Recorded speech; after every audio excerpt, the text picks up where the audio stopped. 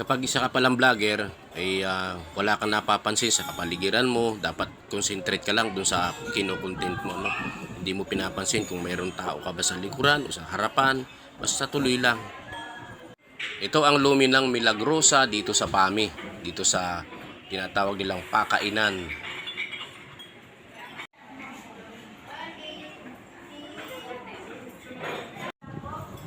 Basta alam ko, gutom ako, nakapokus lang ako sa lumi na kinakain ko. Focus lang.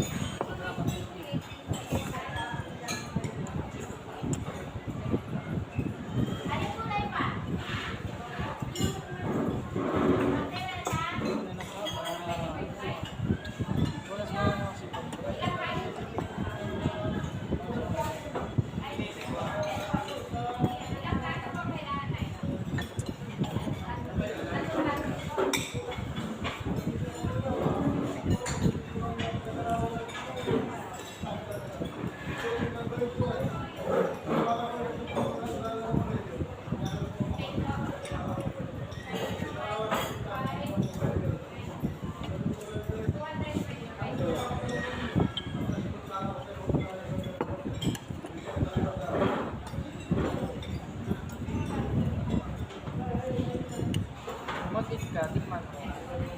Ikaw nasa dyan lang ka na dyan.